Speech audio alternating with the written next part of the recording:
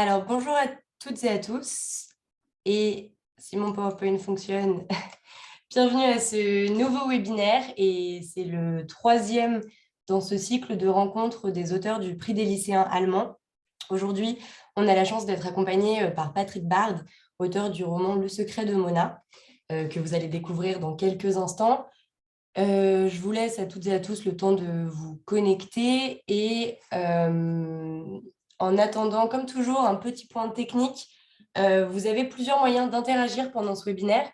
Vous pouvez utiliser l'onglet discussion, donc le chat à droite, déjà pour nous dire peut-être d'où vous êtes connecté aujourd'hui. Moi, par exemple, je suis à Berlin. Et voilà, vous pourrez également poser toutes vos questions à l'auteur via le chat. Vous pouvez également utiliser l'onglet questions et réponses, Fragen und Antworten, pour poser des questions. Je les lirai et je les poserai ensuite à l'auteur. Et vous verrez, dans quelques instants, nous avons préparé 3 sondages pour vous aujourd'hui qui apparaîtront dans les prochaines slides. Donc voilà, vous pouvez y répondre pour nous aider un petit peu mieux à découvrir qui est connecté avec nous. Si vous avez un gros problème technique, vous pouvez écrire à Camille Lorpin, qui est du côté technique du chat aujourd'hui. Comme toujours pour nos webinaires, ce webinaire est enregistré et vous pourrez trouver le replay sur notre chaîne YouTube Le Coin des Profs. Et enfin, pareil, comme toujours, vous aurez un certificat de participation à la fin de ce webinaire. Pour aujourd'hui, le webinaire va se dérouler en 3 temps. Je vais faire un très bref rappel du prix des lycéens, le jury littéraire. Ensuite, on aura ce temps d'échange avec Patrick Bard. Et enfin, je vous ferai encore une fois très bref rappel du calendrier, notamment par rapport aux jurys d'établissement et aux jurys régionaux. Alors, on peut peut-être lancer les sondages, Camille. Le premier qui va apparaître à votre écran dès que ça fonctionne. Êtes-vous connecté du coup seul ou en groupe? Voilà, est-ce que vous êtes en classe? Est-ce que vous êtes tout seul? Je vous laisse un petit peu de temps pour répondre.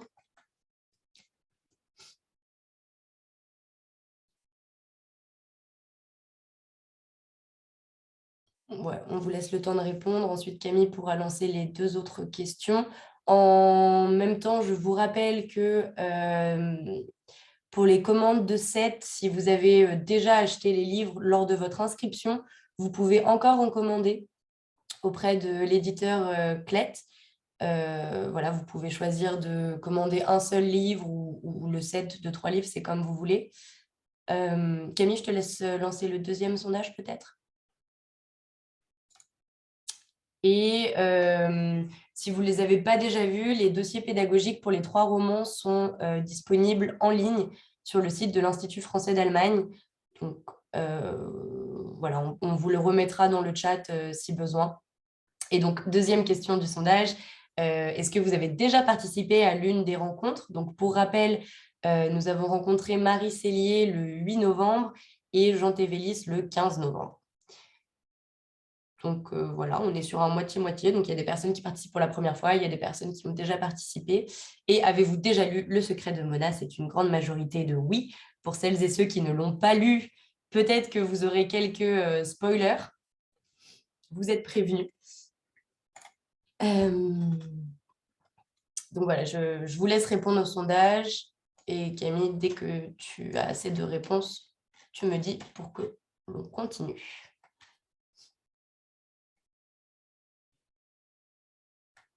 Je pense qu'on peut arrêter le sondage. Super. Merci à tout le monde d'avoir répondu. Alors, sans plus tarder, parce que vous n'êtes pas là pour m'écouter parler, donc, nous sommes avec Patrick Bard. Patrick, peut-être que je te laisse te présenter très, très rapidement en 2 petits mots avant que les questions ne tombent sur toi. Bonjour, voilà, je suis très content d'être avec vous cet après-midi, en tout cas. Il fait gris à Paris, mais ça n'empêche pas le soleil d'être à l'intérieur. Voilà. Donc, je m'appelle Patrick Barre, je suis l'auteur du Secret de Mona, je suis à la fois photographe et romancier pour jeunes adultes, mais également pour adultes. Et puis, ma foi, c'est déjà pas mal. Et Voilà. c'est déjà très bien. Merci beaucoup, Patrick.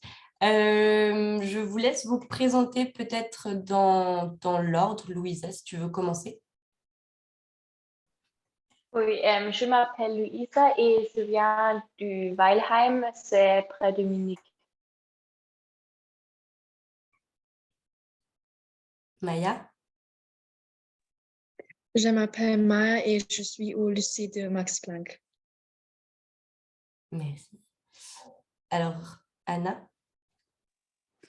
Je m'appelle Anna Lehmann, j'ai 15 ans et je vais au lycée de la Kreuzgasse à Cologne.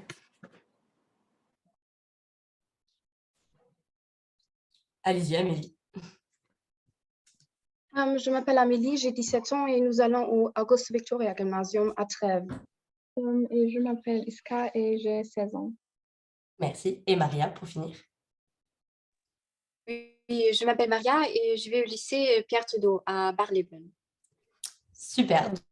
Donc, pour toutes les personnes qui sont connectées avec nous dans le chat, on va poser quelques questions à Patrick. Encore une fois, n'hésitez pas.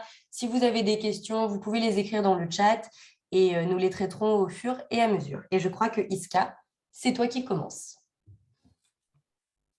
Alors, ma question c'est pourquoi êtes-vous devenu auteur?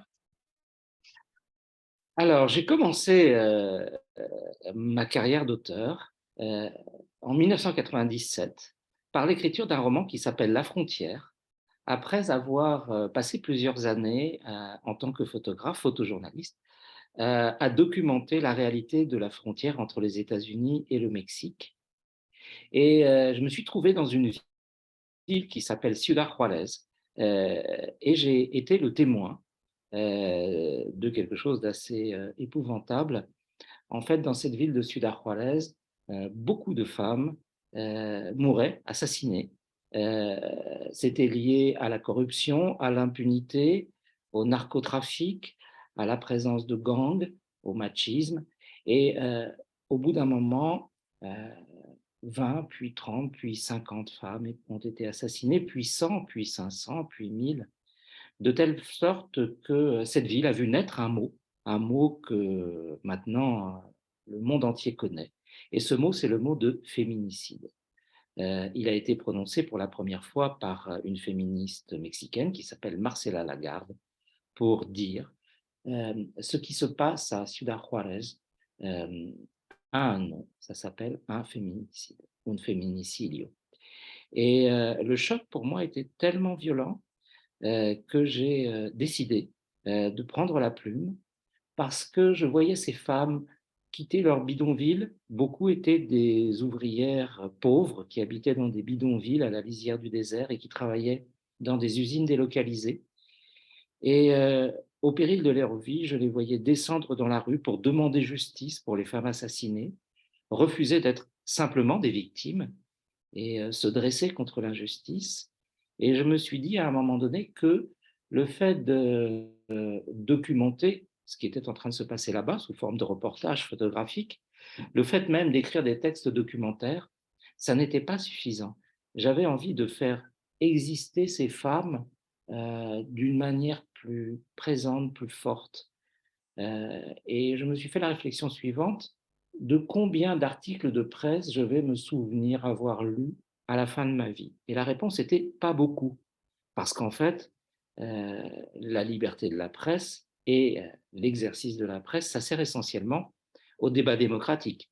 Le journaliste, le photojournaliste fournit des informations aux citoyens qui s'en emparent pour débattre.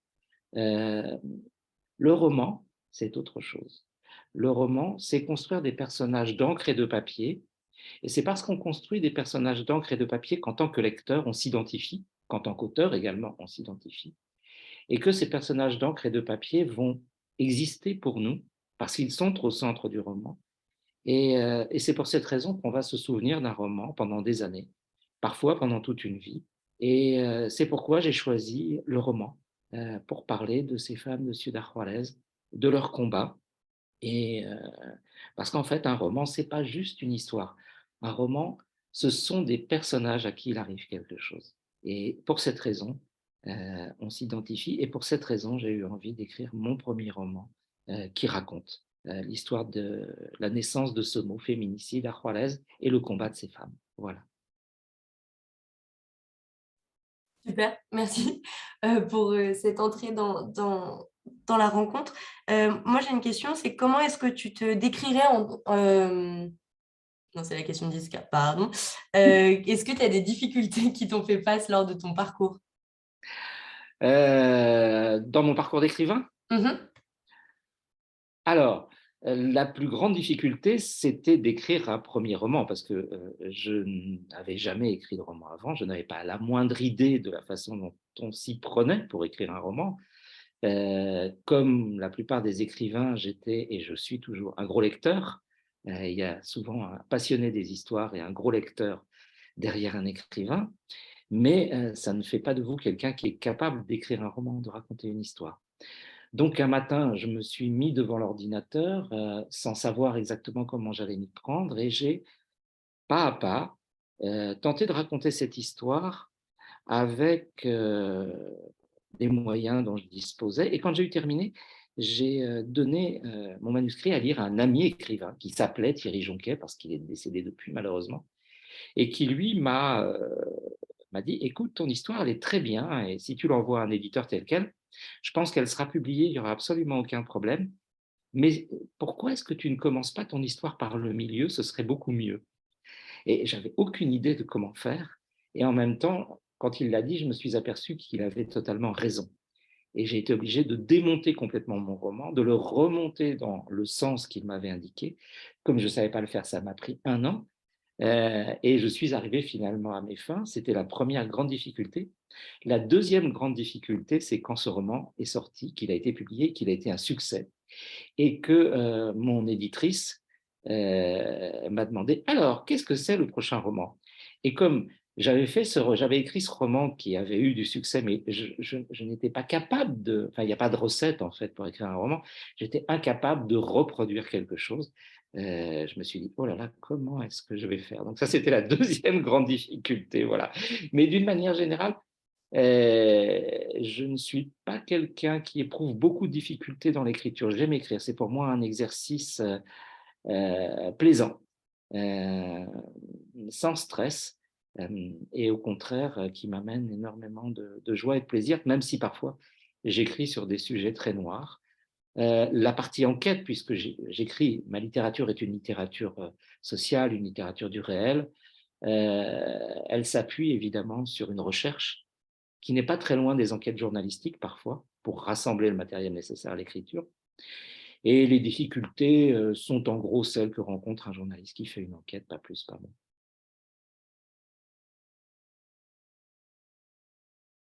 Voilà. Iska, si tu veux enchaîner. Merci, Patrick. Alors, ma deuxième question, c'est comment vous décririez-vous en 3 mots? Oh, ça c'est une question difficile. Comment est-ce que je me décrirais en 3 mots? euh, hmm. Alors, on va commencer par le premier qui me vient à l'esprit, c'est celui d'écrivain, parce que, en fait, écrire, et ça va être la même chose pour le deuxième mot qui est photographe, euh, c'est pas ce que je fais, c'est qui je suis. C'est-à-dire que pour moi, c'est beaucoup plus mon identité. Je suis écrivain et je suis photographe. Et donc, c'est très important pour moi de dire que c'est ce que je suis et pas ce que je fais. Voilà. Donc, ça fait partie de la façon dont je me définirais. Et puis, le troisième mot, il est très important et il regroupe les deux premiers. Je dirais que je suis auteur. Pourquoi est-ce que c'est un mot important, auteur? Parce qu'en fait, l'auteur, c'est celui qui a autorité sur son œuvre. Et évidemment, c'est la même racine, le mot auteur et le mot autorité. Et être auteur, c'est avoir autorité sur son œuvre. Et c'est quelque chose de très important. Donc voilà, j'utiliserai ces 3 mots. Mais c'est une question difficile. Il y a sans doute plein d'autres mots que je pourrais trouver.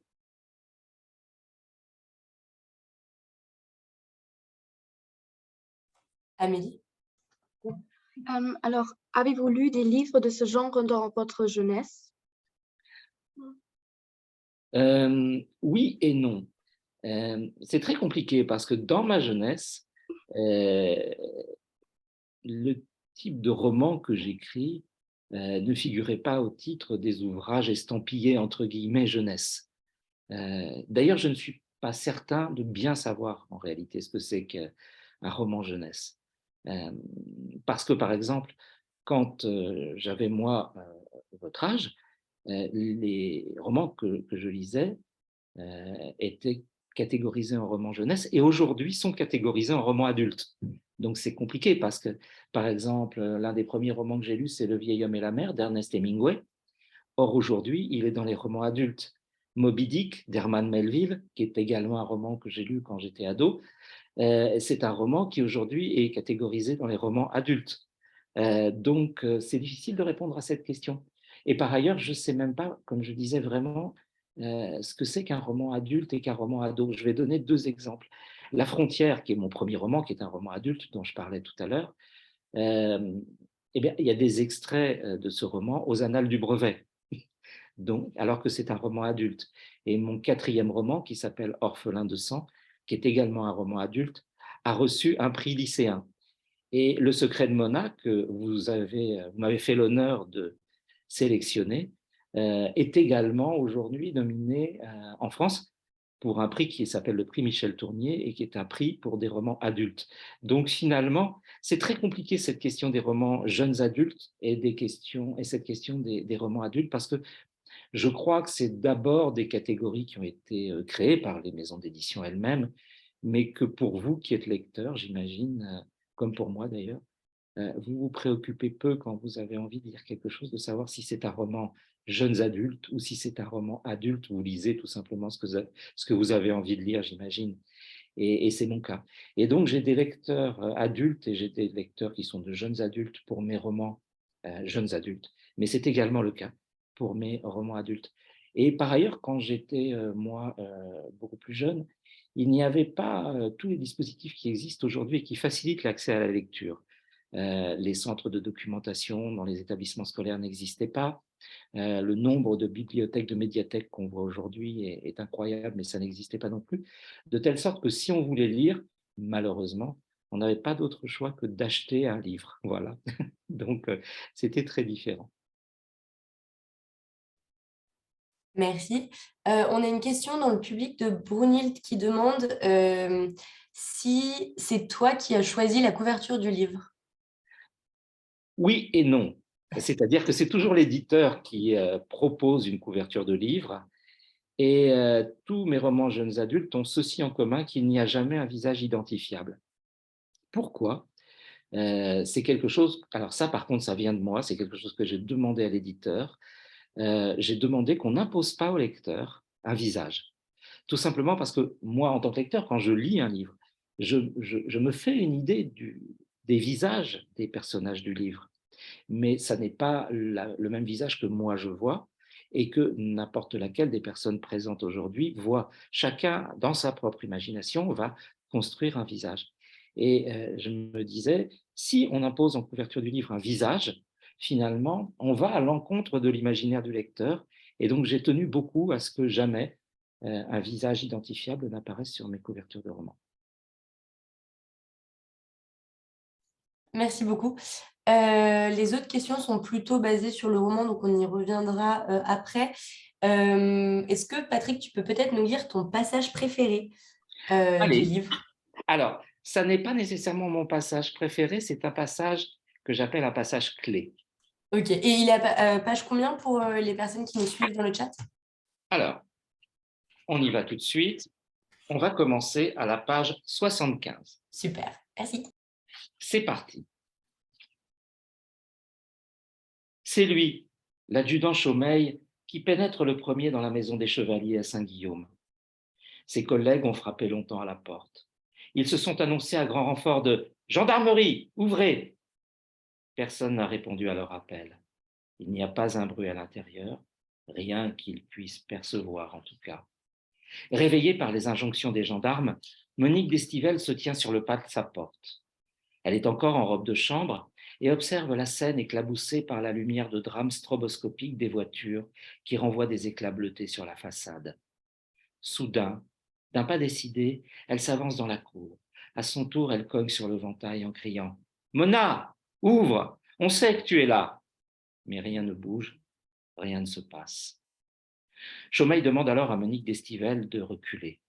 Il donne son consentement d'un simple signe de tête et le serrurier pose sa boîte à outils par terre. Avec la mine recueillie d'un pèlerin en prière, il s'agenouille devant la porte. Au bout de quelques minutes, la serrure cède.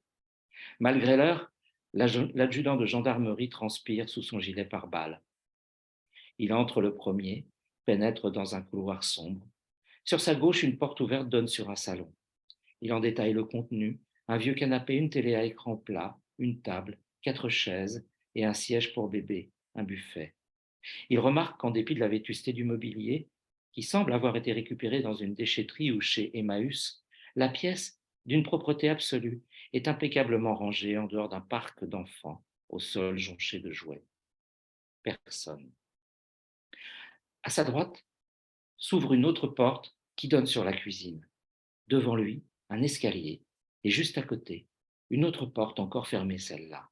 Sans doute une salle d'eau ou des toilettes. Soudain, derrière la porte, un bruit de verre brisé, un cri effrayé. Le gendarme Lemay, qui attendait dehors, alerte ses collègues. « Attention, elle s'enfuit par derrière !» Sans plus réfléchir, Chaumeil fonce droit devant lui. La porte est probablement verrouillée. Il n'essaie même pas d'ouvrir. D'instinct, il lance juste son pied chaussé d'une lourde Ranger dans lui qui cède dans un craquement. Il sait qu'il ne devrait pas, que les gendarmes sont responsables des dégâts occasionnés dans la maison, mais il y a peut-être une vie en danger qui peut savoir. Dans sa hâte, en s'enfuyant, Mona a dû cogner un carreau de la fenêtre de la salle de bain à présent ouverte sur la campagne, sur l'arrière de la maison. Le verre brisé crisse sous les semelles du capitaine. Dehors, une voix féminine hurle « Laissez-nous, laissez-nous tranquilles !» Bruit de lutte, grognement. Chaumeil enjambe le rebord de la fenêtre et découvre la scène à l'angle du mur arrière. Une adolescente seulement vêtue d'un t-shirt et d'un short de nuit en coton gris à motif de papillon rose, pieds nus, tient un petit enfant serré dans ses bras. Lemay tente de le lui arracher, tandis qu'un autre gendarme, Baratier, essaie de la maîtriser par derrière. Mais la gamine se bat avec l'énergie du désespoir. Avec l'enfant dans ses bras, auquel elle s'agrippe, pas moyen d'utiliser une bombe lacrymogène. En 3 pas, Chaumeil a rejoint Lemay et Baratier. La jeune fille grogne, il sent son haleine sur son visage. Il ordonne à Lemay « Attrape-lui les jambes !» La gendarme connaît la manœuvre par cœur. Elle lâche les bras de l'adolescente, se baisse, en serre ses genoux et les lève. Déséquilibrée par le poids de l'enfant qu'elle porte, Mona se couche sur Baratier qui la ceinture. Un par un, Chaumeil défait les doigts qui retiennent encore le petit, à présent en larmes. La jeune fille rue de toutes ses forces et sentant qu'enfin il lui échappe, elle crie « Non, je vous en supplie, non, non !» Et cet interminable « non » monte dans les aigus, se cogne au nuage rose pâle de cette aube printanière. Elle est au sol, les bras encore tendus dans le vide, prisonnière de Baraté et Lemay, et Chaumeil emporte l'enfant cramoisi de colère et de peur qui crie de plus belle, pleure de plus belle, jusqu'à la voiture où il le remet entre les mains de Florent Pasquier, le jeune travailleur social dont c'est la première descente à domicile. Il est encore inexpérimenté, mais Chaumeil constate qu'il se maîtrise assez pour que son émotion ne soit pas perceptible. Il fait tout pour calmer le bambin qui continue pourtant à brailler. Monique d'Estivelle s'approche et tend les bras en un geste charitable. Décontenancé, Pasquier la regarde. Il n'a pas plus de 22 ou 23 ans, pense Monique d'Estivelle. « Donnez, je sais faire, dit-elle. Le jeune homme dépose l'enfant dans le giron de Monique d'Estivelle qui tout de suite se met à le bercer, tentant de le rassurer à grand renfort de « Chut, allez, chut, ça va aller, ça va aller. » Mais non, ça ne va toujours pas parce que le petit voit bien Mona qui gît à présent sur le ventre, à terre, menton, nez dans sa bave et ses larmes, tandis que l'adjudant Chaumeil lui rabat les poignets dans le dos. Enfin, Lemay l'aide à se relever. Le plus gentiment possible, elle l'entraîne vers le véhicule de gendarmerie. « Venez, on va rejoindre Justine et Florent Pasquier. C'est notre travailleur social. Il va s'occuper de vous. » À présent que ses collègues ont la situation bien en main, Chaumeil retourne dans la maison afin de s'assurer qu'il ne reste personne. Par acquis de conscience, Il repasse par le salon, toujours vide. La salle de bain jonchée d'éclats de verre. Pénètre dans la cuisine, une cuisine standard, aussi propre que le reste de la maison. Pas à pas, il monte l'escalier, gravit prudemment, une par une, les marches de bois qui grincent sous son poids. Enfin, il parvient sur un palier desservi par 3 portes. Toutes ouvrent sur des chambres. Toutes sont vides. Dans la première, un grand lit impeccablement fait, une table de nuit désassortie à l'armoire, un tapis de laine sur le parquet. Sur la table de nuit, un cendrier vide, propre.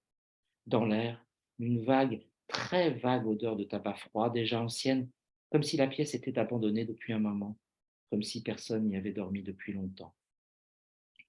Chaumeil sent ces choses-là, d'autant que la chambre voisine contraste avec celle-ci. Les rideaux sont tirés, la lumière est allumée. La pièce est un peu moins rangée, le lit est défait. Chaumeil pose la paume de sa main sur les draps encore tièdes. Des vêtements gisent au sol, un sweatshirt, un t-shirt bouchonné, des chaussettes roses, un pantalon de jogging sur les murs des affiches de chanteurs que Chaumeil ne connaît pas, d'un joueur de foot que par contre, il reconnaît, Kylian Mbappé. À l'autre bout de la pièce, un lit d'enfant lui aussi défait. Il dormait là. Chaumeil pénètre dans la dernière chambre. Papier peint, motif de dessin animé, mobile qui descend du plafond, jouet. Et au centre de la pièce, le vide laissé par le lit qu'on a récemment déménagé dans la chambre voisine. Le capitaine rejoue la scène.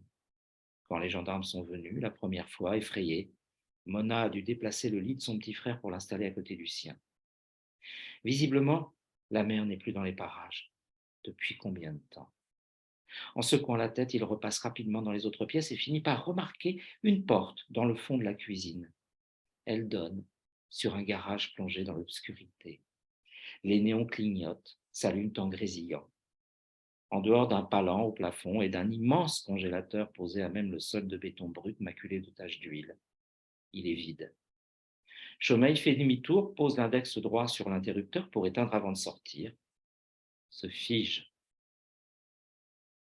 se ravise, retourne vers le congélateur. C'est un modèle anormalement grand pour une maison de cette taille. Un coffre inox de marque Polar, 587 litres de contenance. À vue d'œil, il doit faire dans les 2 mètres de long, pas loin. Machinalement, il essaie d'actionner la poignée d'ouverture, fermée. Il regarde autour de lui, cherche le clou où la clé pourrait classiquement être accrochée. Le clou est bien là, sur le mur peint en blanc, mais c'est tout. Il balaie la pièce d'un regard panoramique à la recherche d'un outil, tombe sur une pelle de jardin rouillé qui devrait faire l'affaire. Il insère la lame dans le joint en caoutchouc, fait levier au niveau de la serrure qui cède dans un craquement.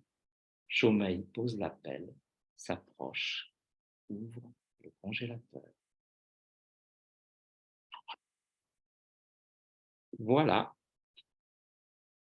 Et du coup, pourquoi est-ce que ce passage-là est particulièrement intéressant pour toi par rapport à d'autres dans l'ouvrage? C'est le Alors, suspense?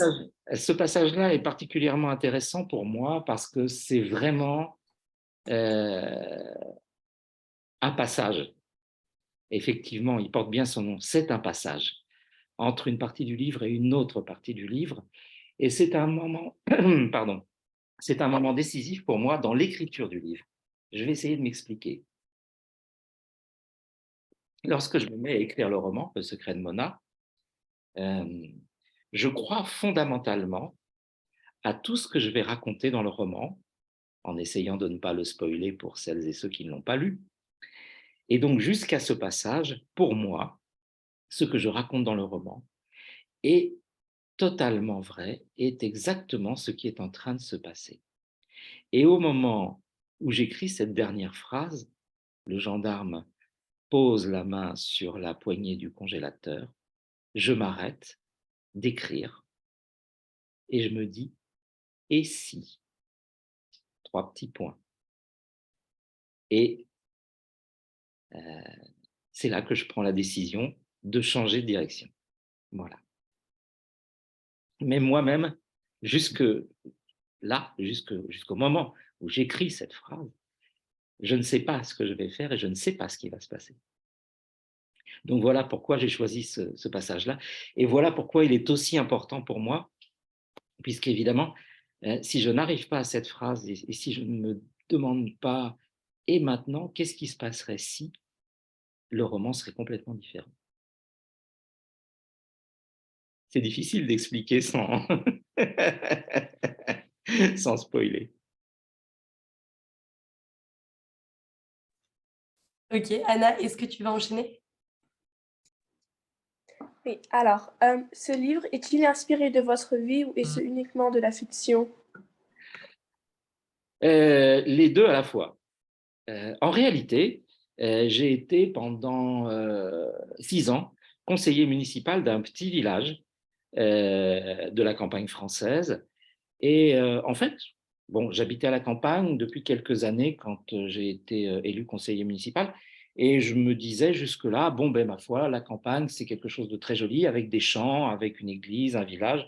On a l'impression que le monde va à peu près bien en réalité.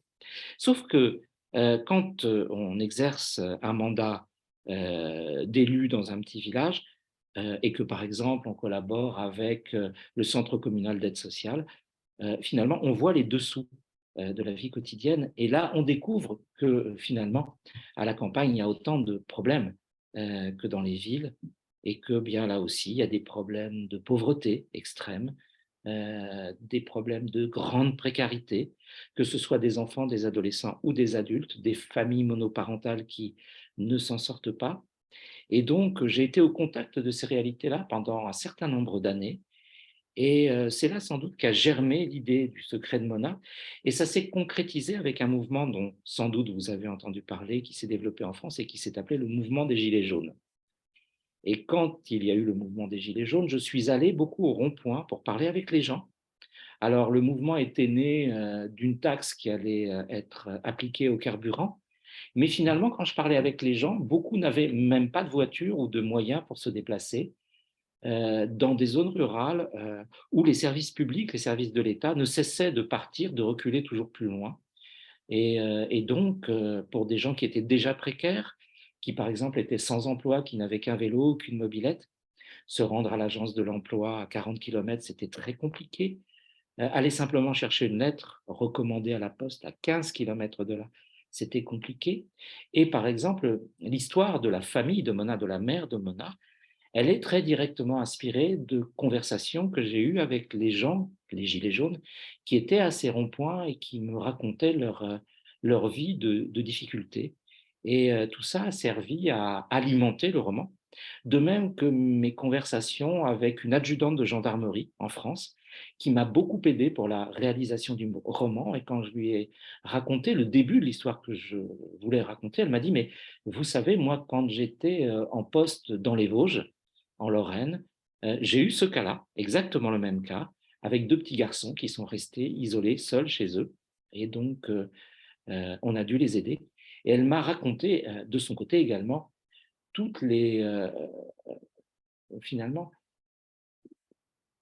toutes les questions qu'elle devait affronter, toutes les choses très difficiles. Par exemple, ça m'a beaucoup marqué, c'est pas dans le roman, mais à un moment donné, elle m'expliquait que par des voisins, elle avait entendu parler d'une mère qui était toute seule avec ses 2 enfants, qui n'arrivait pas à payer son loyer, qui n'arrivait plus même à faire ses courses, et qui avait formé le projet de tuer ses 2 enfants et de se suicider ensuite. Et c'est simplement parce que des voisins se sont rendus compte de la chose qu'elle a pu envoyer des gendarmes chercher les enfants à la sortie de l'école, qu'elle a pu faire en sorte que d'autres gendarmes aillent chercher la mère chez elle. Elle a été prise en charge, elle a été aidée, et du coup, le drame n'est pas survenu, et elle a pu récupérer ses enfants et reprendre une vie normale après avoir été aidée. Mais autant dans les villes, on peut avoir l'impression que les gens sont seuls, autant à la campagne, les gens ont la difficulté parce qu'ils ont honte, parce que dans les petits villages, tout le monde connaît personne, pardon, tout le monde connaît tout le monde. Les gens ont tendance à se cacher, à ne pas parler. Voilà. Donc, finalement, je me suis inspiré de toutes ces vies un peu cassées, un peu brisées, pour écrire Le secret de Mona, qui était aussi un hommage que je voulais rendre à une jeune fille très courageuse. J'avais envie de dresser le portrait d'une jeune fille extrêmement courageuse qui faisait face à des difficultés extrêmes comme j'ai pu en voir dans la vraie vie. Voilà.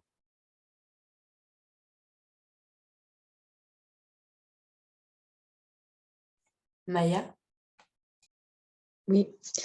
Connaissez-vous quelqu'un qui a grandi dans le même environnement que Mona et sa famille? Est-ce que je connais directement quelqu'un qui a grandi dans le même environnement que Mona et sa famille? Oui. Il y avait dans mon village des enfants, des adolescents qui ont grandi en étant souvent délaissés par un parent isolé qui faisait ou qui essayait de faire face à des difficultés économiques, à des difficultés psychologiques également au quotidien insurmontables. Et je pense que je n'aurais pas écrit ce roman si je n'avais pas été moi-même dans mon adolescence, un petit peu dans ce cas-là également. Voilà, pour dire la vérité. Pourquoi avez-vous choisi Mona comme personnage principal? Alors, je vais répondre à la question par une autre question. Pourquoi est-ce que j'ai choisi le prénom de Mona ou pourquoi est-ce que j'ai choisi une jeune fille de 16 ans comme Mona comme personnage principal? Les deux questions? Les deux, d'accord. Alors, la première, c'est la plus facile. Quand on écrit un roman, on cherche des noms de personnages et ça se fait d'une manière un petit peu instinctive. On essaie de trouver des noms qui vont être mémorisables, mémorisés d'abord pour soi-même et on ferme les yeux, justement, on essaie d'imaginer, moi j'essaie d'imaginer, de voir dans mon imagination Mona et le prénom qui me vient à ce moment-là, c'est effectivement Mona. Et j'ai souvent utilisé des prénoms simples à 2 syllabes qui sont, ben, on va dire, plus faciles à mémoriser que Maximilien, par exemple, mais voilà, pour le prénom. Après, les personnages féminins, c'est ce qui traverse la quasi-totalité de mon travail d'écrivain. Qu'il s'agisse des romans adultes ou qu'il s'agisse des romans jeunes adultes, la presque totalité de mes romans racontent des trajectoires de femmes ou de jeunes femmes et d'enfants également. Peut-être parce que je m'intéresse peut-être aux personnes qui sont plus fragiles dans la société. Les hommes sont souvent dans des positions de force, occupent souvent des positions de force. Et peut-être que j'ai envie de donner la parole à des personnes qui n'occupent pas des positions de force.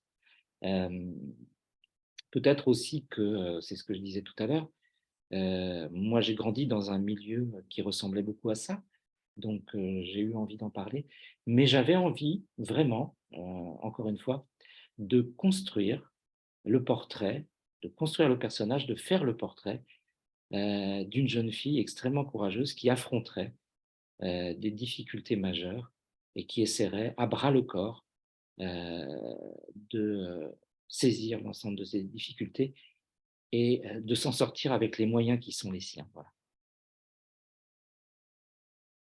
Pour moi, Mona, c'est quelqu'un d'extrêmement courageux. C'est quelqu'un qui a été déscolarisé très tôt, qui a eu beaucoup de responsabilités. Elle était en quelque sorte la mère de sa mère et la mère de son frère, donc la mère de tout le monde. Et en même temps, elle n'a pas beaucoup de moyens pour faire face à ça. Voilà. Alors, vous avez déjà dit que Mona est très courageuse. Est-ce que vous pouvez décrire Mona dans 3 d'autres mots? Alors, oui. 3 autres mots que courage.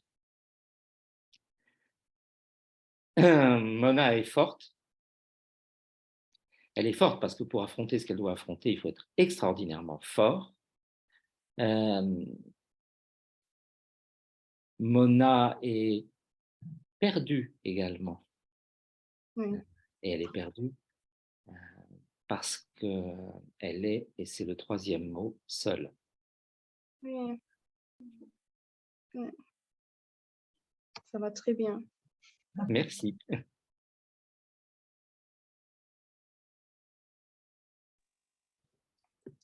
Elle est si Comment seule, avez-vous... pardon. Oui. Pardon, elle est si seule d'ailleurs qu'elle a besoin d'une amie qu'elle va inviter pour affronter la réalité ou ce qu'elle imagine être la réalité. Pardon. Comment avez-vous imaginé les autres personnages de l'histoire? En m'inspirant essentiellement de ce que je pouvais trouver autour de moi. Par exemple, avec les gendarmes, les personnages des gendarmes sont des personnages qui sont assez directement inspirés des gendarmes français que j'ai rencontrés et qui m'ont aidé pour réaliser la recherche qui a présidé à l'écriture de romans. De la même façon, les élus, le maire, les commerçants, le bureau de tabac, tous ces personnages-là qui sont des personnages périphériques sont des images très directement inspirées de la réalité. Et pour créer la meilleure amie de Mona, puisque Mona, dans ce roman, a bien une amie qui est sa meilleure amie, j'ai essayé de créer l'ami idéal que Mona aurait voulu avoir. Je me suis mis, moi, dans la peau de Mona et je me suis dit, si j'étais Mona, qui aurais-je voulu rencontrer comme meilleure amie? Et là, on est dans la licence romanesque totale. C'est une création de toute pièce. Mais il y a une chose aussi très importante à dire, c'est qu'il y a un peu de moi dans tous les personnages du roman. Je pense que n'importe quel écrivain pourrait dire la même chose d'ailleurs, parce qu'un écrivain, c'est un peu comme le docteur Frankenstein. Il prend des bouts de personnes et avec des bouts de personnes, il va créer un personnage, mais ce personnage créé de bouts de personnages pour l'animer, et animer, c'est donner une âme, il va devoir mettre de lui-même. C'est en quelque sorte l'énergie qui va animer le personnage. Et donc, l'écrivain va s'identifier à chacun des personnages. Si je peux développer un petit peu ma réponse, je dirais que le travail d'un écrivain n'est pas très loin du travail d'un comédien. Il y a une partie de notre cerveau qui ne sait pas du tout ce qui est vrai ou ce qui n'est pas vrai. Par exemple, si je dis citron, on voit un citron, même si le citron n'est pas là. Et c'est cette partie de notre cerveau qui sait ce qui est vrai et qui n'est pas vrai qui fait ça. Et les comédiens utilisent cette partie de leur cerveau pour faire croire, par exemple, que quelqu'un qui est absolument adorable dans la vie de tous les jours est un épouvantable assassin sur une scène de théâtre. Et il fait croire à cette partie de son cerveau que c'est vrai. L'écrivain, finalement, comme le comédien, fait exactement la même chose. Il va s'identifier à chacun des personnages et faire croire à cette partie de son cerveau qui ne sait pas ce qui est vrai, qu'il est tour à tour chacun des personnages. Voilà, c'est un peu le même travail. Et c'est ça qui va permettre à ces personnages de réellement exister. Donc, à chaque fois, ce sont des personnages inspirés de la réalité ou, dans le cas de la meilleure amie de Mona, un personnage créé de toutes pièces. Et puis, pour chacun des personnages, un peu de l'auteur dedans. Pourquoi Mona n'a aucune amie à part Solène et elle aussi est un personnage imaginaire? Ah ah Alors, elle n'a pas le temps. D'abord, elle ne va plus à l'école, elle n'est plus scolarisée. Et on sait bien que les amis, on les fait à l'école. Elle est dans un petit village de campagne où il y a en gros beaucoup de personnes âgées. Donc, dans son environnement immédiat, elle n'a pas beaucoup de quoi se faire des amis. En plus, elle est arrivée dans ce village-là il n'y a pas très longtemps. Et donc, c'est son extrême solitude qui, justement, comme tu le dis très bien, va l'amener à se créer une amie imaginaire. Qu'est-ce que c'est qu'un ami imaginaire? Au fond, pratiquement tous les enfants ont eu à un moment donné un ami ou une amie imaginaire. Quand on est très petit et qu'on parle à un ours en peluche, par exemple, et que l'ours en peluche vous répond, il est un ami imaginaire. Quand on a un animal domestique à la maison, familier, qui fait partie de la famille et qu'on est un enfant, qu'on lui parle et qu'on imagine qu'il vous répond, il est en quelque sorte en partie un ami imaginaire.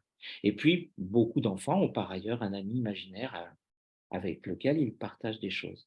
Dans certains cas, comme dans le cas de Mona, bien jusqu'à l'adolescence, et souvent à cause de la solitude et d'une grande détresse, il peut se créer un ami ou une amie imaginaire.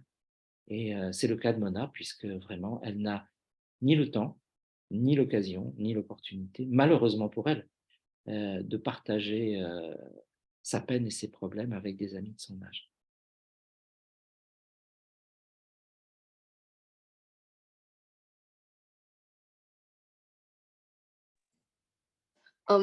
Y aura-t-il une suite à l'histoire de Mona? Non, aucun de mes romans n'a jamais eu de suite. J'aime les histoires à la fois qui ont des fins ouvertes, puisque la fin est une fin ouverte, et en même temps, non, je n'aime pas faire de suite. Je vais vous dire la vérité, je vais être tout à fait sincère. En fait, j'ai peur de m'ennuyer si je fais 2 fois la même chose. Et donc, reprendre des personnages, faire une suite, à chaque fois, j'ai d'autres idées. Donc, non, ça ne m'est pas encore arrivé. Peut-être un jour, hein, il ne faut jamais dire jamais, mais en tout cas, pour Mona, non. Est-ce que vous avez donné le titre Le secret de Mona avant ou après avoir terminé le livre? Alors, très exceptionnellement, avant. Normalement, très souvent, je donne le titre à la fin ou en cours d'écriture parce que je n'ai pas obligatoirement une idée de titre. Et là, eh bien, ça s'est imposé parce que c'est ce que raconte le roman. Le roman raconte le secret de Mona. Et j'ai envie de dire, même après la partie que je vous ai lue, où finalement une partie du secret est révélée, eh bien, tout le secret n'est pas encore révélé et ça reste le secret de Mona.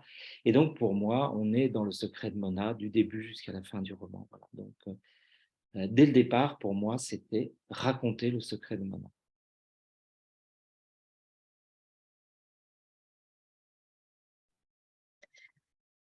Est-ce que votre histoire a-t-elle suscité une critique de la politique française? Si oui, pourquoi ou à cause de quoi? Alors, souvent, dans les rencontres que j'ai eues avec des collégiens ou des lycéens, j'ai eu l'occasion d'échanger avec ces élèves et un certain nombre d'entre eux m'ont dit que bien c'était vrai, le roman reflétait, en partie au moins, des conditions de vie qui étaient proches de leurs conditions de vie. Et il y a une critique qui est revenue très très souvent, c'est le fait que effectivement, dans la politique française, les services publics ont tendance à être de plus en plus regroupés dans des centres urbains et que les gens qui vivent isolés dans des zones rurales sont de plus en plus éloignés des services publics, ce qui crée de l'inégalité entre les citoyens de ce pays qui paient tous les mêmes impôts, qui contribuent tous de la même façon à la vie collective, à la vie démocratique et au débat démocratique, et en même temps, il est injuste que des citoyens se trouvent beaucoup plus éloignés que les autres des services publics. Ça, c'est quelque chose qui a été souvent dit à propos du roman, que le roman mettait ça en évidence, oui. Après, le roman met bien d'autres choses en évidence, comme la condition des adolescents délaissés ou abandonnés ou livrés à eux-mêmes, mais ça ne relève pas directement de la politique française, cette question-là. Par contre, la question de l'aménagement du territoire relève, elle, directement, bel et bien, de la politique française. Merci. Louisa, est-ce que tu voulais poser une dernière question? Et après, je passe aux questions du public. Ou pas? Oui. Oui, je vous ai demandé pourquoi Mona n'a pas des amis, mais et vous m'avez répondu. Et maintenant, j'ai la question pourquoi vous avez choisi Mona à pas des amis. Est-ce que vous voulez qu'elle était seule? Alors oui, la réponse est oui. J'avais besoin, pour raconter le combat de Mona, que Mona livre seule un combat pour son petit frère. C'est également en quelque sorte un combat qu'elle livre contre la société qui veut lui arracher son petit frère alors qu'à quelques mois près, elle aurait été majeure et elle aurait pu en avoir la garde. Et j'avais besoin, c'était un besoin du roman, une nécessité du roman, que Mona soit seule. Mais quand on écrit un roman, il y a une chose très importante qui doit toujours être prise en compte, c'est la crédibilité de l'histoire et des personnages. Et donc, pour que Mona soit seule, il fallait un certain nombre de conditions. Il fallait qu'on puisse croire qu'elle puisse être vraiment seule. Et effectivement, c'est ce que je disais, il fallait pour ça qu'elles soient déscolarisées, qu'elles vivent dans un petit village de la campagne française. On connaît bien ces villages et c'est vrai que la population y est assez âgée, qu'il y a peu d'enfants, que souvent il n'y a même plus d'école. Et donc, et qu'elles viennent d'arriver là il n'y a pas longtemps, et donc que personne ne la connaisse avant, ni elle, ni sa mère, ni son petit frère.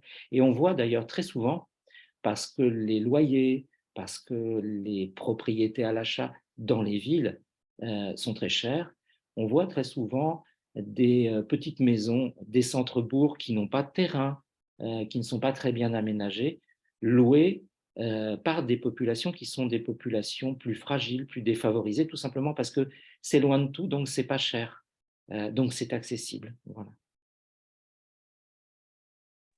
Merci, j'espère que c'est plus clair, Louisa, pour ta question. Et alors, on n'a plus énormément de temps, mais il y a 3 questions, je pense, qui peuvent être assez intéressantes à traiter. La première, assez simple, combien de temps est-ce que ça t'a pris pour écrire cette histoire? Alors, la réponse est assez simple aussi, donc très bien. Il y a à peu près 3 mois de recherche pour rassembler les éléments nécessaires à l'écriture du roman. Alors, évidemment, on ne se sert pas de tout ce qu'on récolte, hein, c'est une question de dosage. Et ensuite, il y a 9 mois d'écriture, donc c'est un an de travail. Voilà. Super.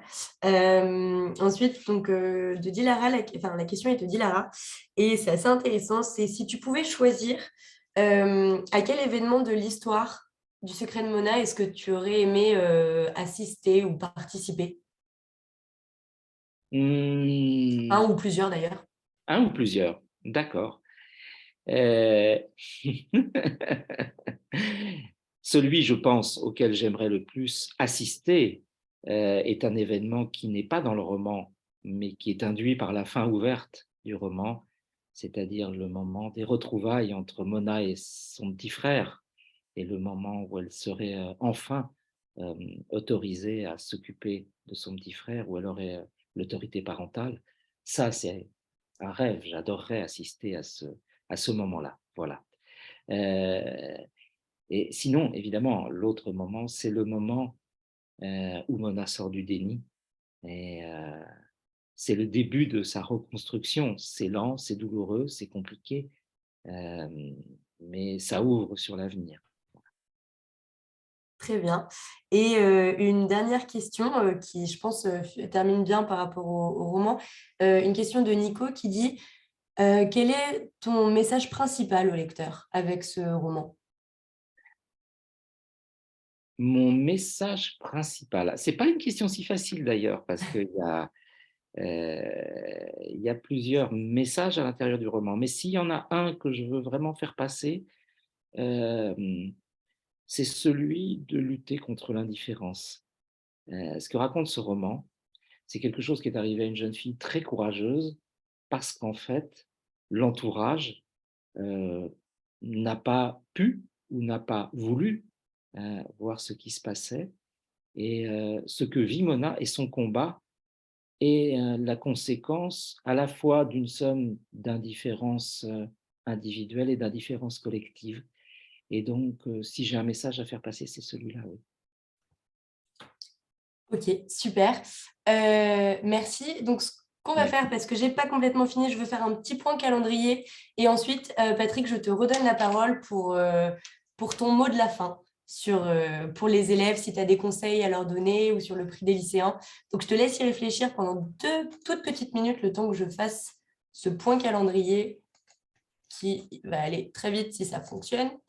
Donc pour toutes les personnes qui ont déjà participé à ces rencontres, vous commencez à connaître les dates, mais je le rappelle quand même au cas où.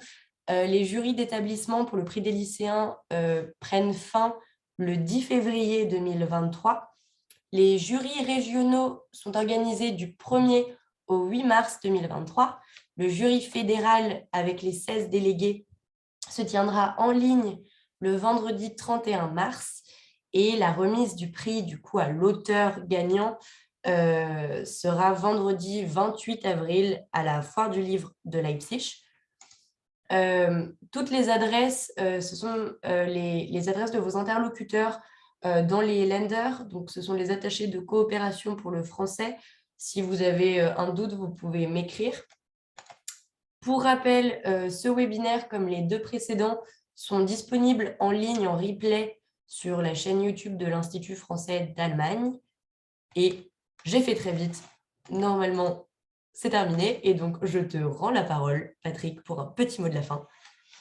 Alors, d'abord, petit mot de la fin, merci, merci à vous, merci à toutes celles qui m'ont posé toutes ces questions absolument passionnantes. Certaines d'entre elles étaient des questions auxquelles il était difficile de répondre. Ce n'étaient pas des questions toujours faciles, mais j'adore. Donc vraiment, merci, merci beaucoup, beaucoup, beaucoup. Je voulais dire que je suis également très touché par 2 choses. Le fait que ce soit un prix franco-allemand. Voilà. Pour moi, ça a toujours une valeur supplémentaire et je tiens à le dire.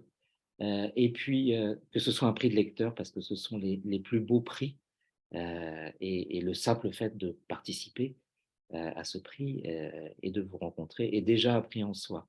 Voilà.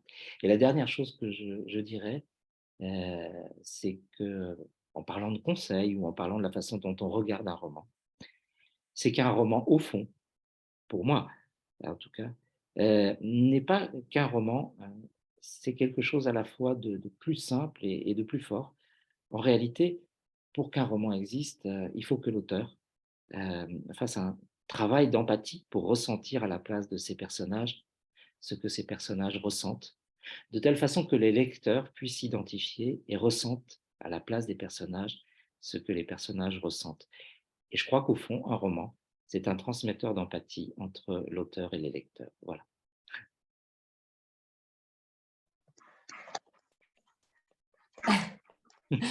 Super.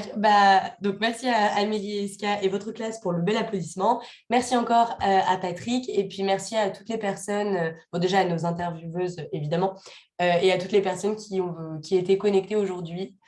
Camille, je te laisse peut-être mettre le petit jingle de la fin. Merci en tout cas. Merci Auf à tous. Wiedersehen. Tschüss.